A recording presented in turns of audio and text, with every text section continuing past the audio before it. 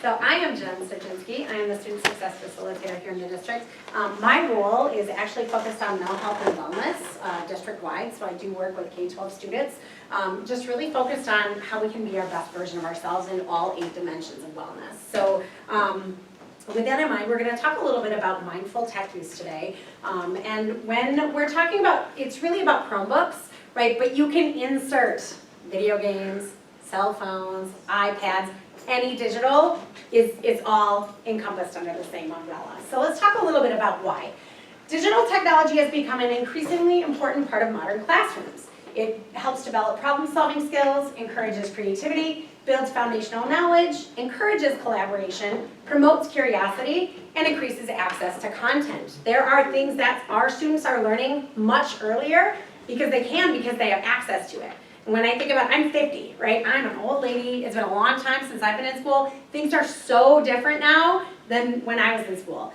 I wish I was a student now. I am super curious. I love learning, right? So your kids have access to so much more knowledge quickly than you did, right? And because of that, we have to be ready and aware and prepared to help them use what they're learning in a way that is mindful and safe and healthy and helps them develop and grow into the amazing best selves they can be. A little bit about brain development, just to kind of help you understand why this is really important to talk about this, is that the human brain's prefrontal cortex does not fully develop until the mid-20s. So what that means is your child is not capable to press pause to make really rational decisions in a thought-out way until their mid-20s. And right now, the adolescent brain is building so many neural cortexes that what they do now impacts their development and their ability to make rational decisions later on in their life, okay? So with that in mind, just think about that mental health disorders have surpassed physical conditions as a main source of impairment and limitation in adolescence. And given the complexity of the world, the early onset of puberty, the mass information coming in at young people, we as adults have to do a better job of providing structure that acts as the regulatory function of the young person's brain. So in simple terms, our kids aren't really good at regulating their brains, pressing pause, and making really good rational decisions. So we as adults have to help them with that yet. And it is, I have a 20-year-old, or I have a 21-year-old and an 18-year-old, and there are times where I'm like, well, you should know that. No, they're not there yet, right? They're going to make silly, stupid decisions, right? So I still, as a mom, have to help them regulate and make those decisions because their brain is not fully cooked yet. Your kiddos' brains are certainly not fully cooked yet. So they are looking at you to help them regulate and put those boundaries to keep them healthy, right? Because otherwise, they will make mistakes, and that's okay. Right? But we do want to protect them because we love them, right? We want to help them not make such bad mistakes, right? So just a recent CBS Evening News segment found that the increasing use of tablets as digital pacifiers for managing preschool-age children's challenging behaviors was examined. Studies show that children who spend 75 minutes or more on screens daily are more prone to difficulties with anger, frustration, and emotional regulations as they age. This creates a cycle where screen time is relied upon to manage these behaviors, potentially stunting the development of internal coping mechanisms. Meaning, we are creating screen-addicted students early on because, here, use my phone. Here, use my tablet. Here, have a Chromebook. Now, you might be thinking, well, then why are you giving my kid a Chromebook? Right? Again, for the reasons we talked about at the beginning. We have such an access to resources and information that if we don't give your kiddo access to a Chromebook, they're going to be left behind in the dust, right? So what we want to do is it's like giving them a driver's license. We're not going to put your kid on the road in a car driving down 54 without having practice to get that driver's license, right? You're going to get in the car, you're going to drive with them, you're going to watch them, you're going to pump the parent brake, you're going to put your arm out, you're going to do all those things because you know, right? Well, we want you to do the same thing with their Chromebook. You're going to help them create those boundaries so that they can navigate the use of this safely, right? So they can do it on their own. We want to build that capacity so that you can let them go on their own and be like, I know that you're going to be a good digital citizen. I know that you're going to make safe and healthy choices. I know that you're going to be balanced in your use, and you're going to do more things that make you want to get away from the screen, right? We're going to help you find that balance, okay? So adults are needed. So what areas are adults needed for? We have digital literacy, online safety, digital ethics, cyberbullying prevention, privacy and security, and digital footprint. So let's talk a little bit about each of these. So when we talk about digital literacy, we're just talking about the ability to use online technology effectively and efficiently. Purpose.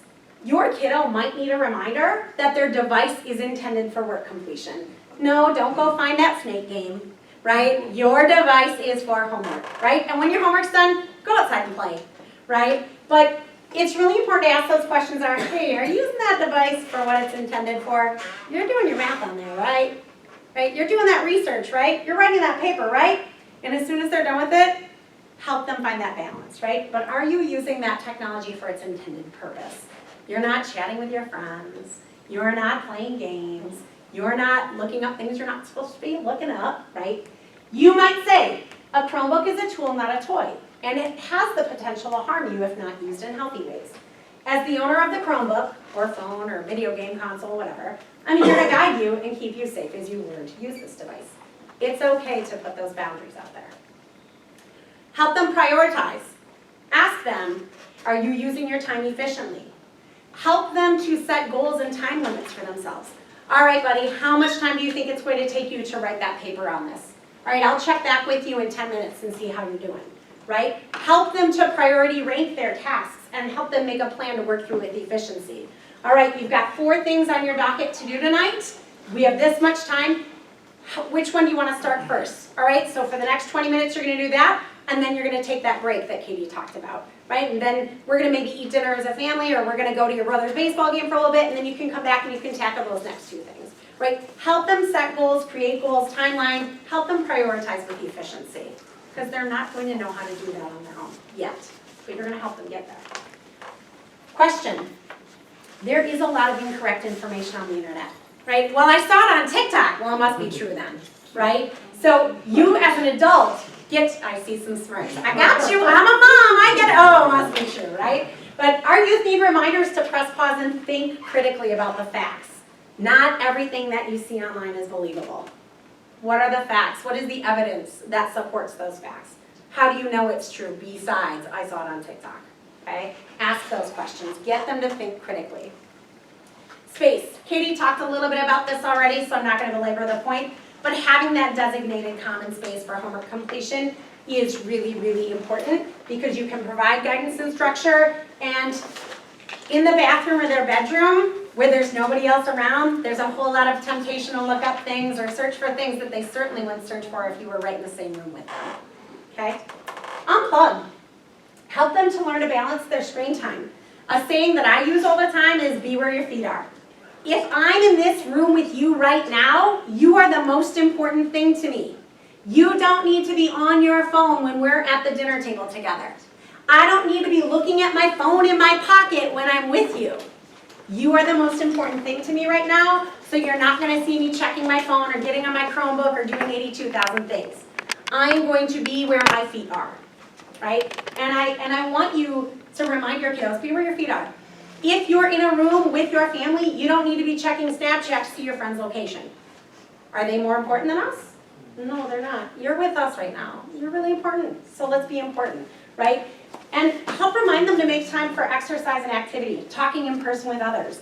Avoid the trap of mindless scrolling. And I get it, we use that as a coping mechanism. Me too, no judgment, right? After a long, hard day, I was outside the last 2 days for golf matches with the Seymour girls. It's hot outside, there's nothing more that I want to do than go home and scroll Insta, right? I'm tired. But I too have to remember to avoid that trap of mindless scrolling. Give myself some time frame. I got 5 minutes to look at this, and then get away from the phone. Get away from the Chromebook. Make that time to unplug. Online safety, privacy, and security refers to the knowledge and skills needed to stay safer, reduce risks, and protect, safeguard personal information when using digital technology. Remember, keep personal information private. Okay, your name, your location, your phone number, your birthday should never be shared with somebody you don't know in real life, right? In fact, you can't be sure that people are who they say they are, right? So don't be sharing that information. Snapchat location settings for family, right? All of your friends don't need to know where you are at every given moment. That can just be used to hurt you, right? Or traffic you, or do things that are hurtful, right? Accounts, only create accounts with trusted sites. Use those strong passwords, keep passwords private. sort of like your locker combination, right? You don't need to be giving that information out to other people. Location settings, talked a little bit about this, right? It's okay to put those boundaries for people. Not everybody needs to know where you are at all times. Okay? Your parents do, right? Your family, yeah, that matters, right? But every friend you have doesn't need to know where you are at every given moment. Digital footprint refers to the traces that people leave behind when they use technology. Think breadcrumbs, think cookies, right? Digital footprints have lasting impact on a person's reputation, both personally and professionally. So remind your kiddos to think before posting, think before searching. Like the things that they look up on their Chromebook get flagged. We hear about it at school. So if you don't want Mrs. Sajinski, Mrs. Grassel, Mrs. Van Castor, Mr. Lechner knowing that you were looking up fill in the blank, then don't be looking up fill in the blank, because we are going to know. And at least one of us is going to need to have that conversation about, hey, let's talk about something uncomfortable. Heard you were looking this up on the internet. What's up? Do you have questions about that? Who can you talk to in person, in real life, that you can have a conversation with about it, right? And would I want my family, my future employers to see this, right? Do I want people to know this, right? So just be aware of that. Digital ethics refers to using online technology ethically and responsibly, including avoiding plagiarism, respecting intellectual property, and avoiding inappropriate or offensive online behaviors.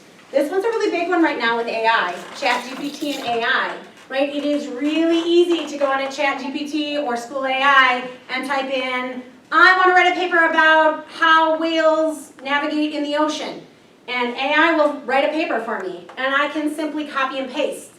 It's going to be really important that you have conversations with your kiddo about, it's easy to get that information, but how do you make it your own? You read it, you learn from it, what's your takeaway, what can you write in your own words, right? Be ready to have courageous conversations, direct conversations with your kiddo about potentially uncomfortable subjects. So prepare yourself as parents, right? You're cresting middle school, it's a fun time, right? I survived and thrived, you can too, okay? So when you are having those conversations, really be curious. Come from a place of genuine curiosity instead of judgment, right? Help your child feel seen and heard. Validate them. And you might say stuff like, oh, a new app, tell me more.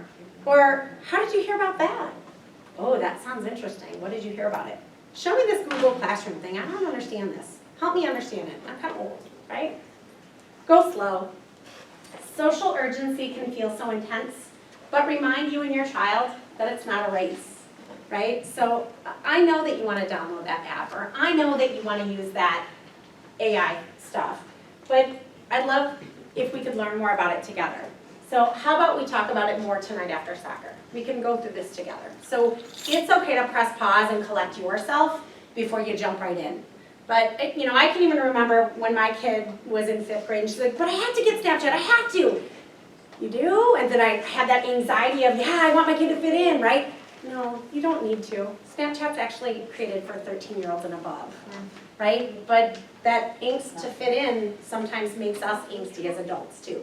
So check yourself. It's okay to do that. Learn together.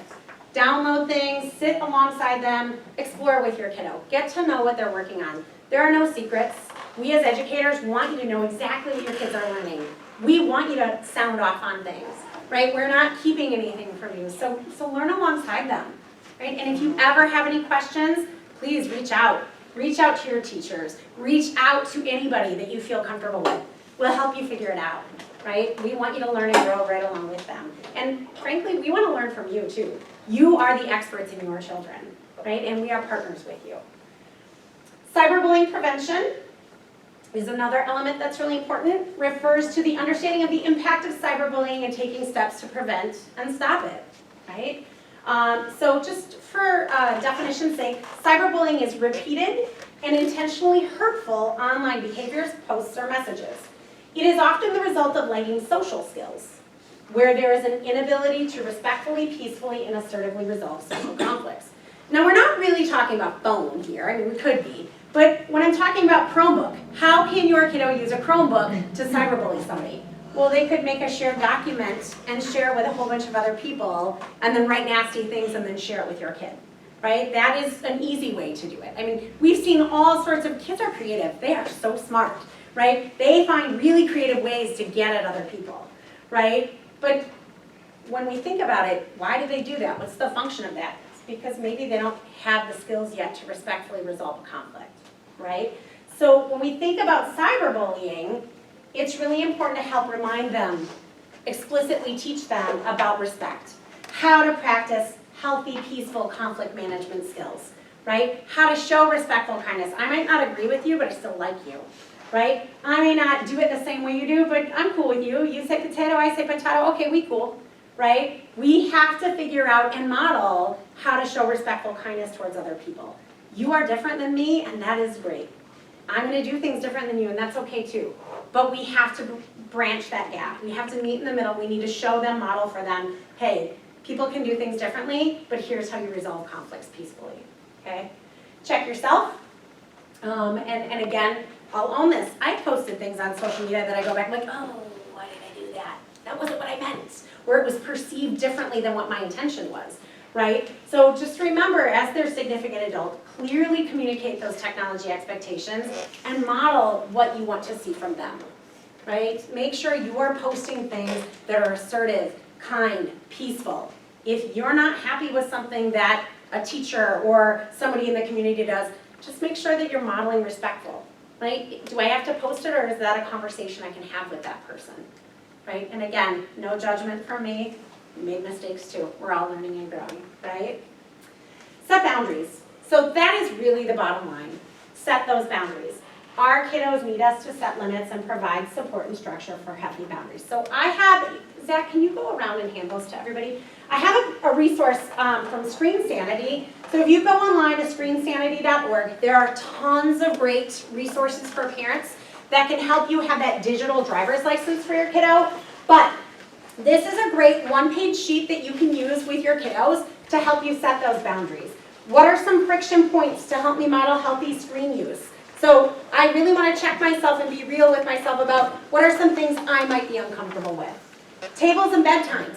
Where are the spaces and places that you get to use the Chromebook in our house, right? Accountability. What filters, monitoring services, and practices might I use as a safety net? So the question of, are there other resources out there? Let's look for that. What can I use? Am I going to use School Guardian at home, or am I going to use something else?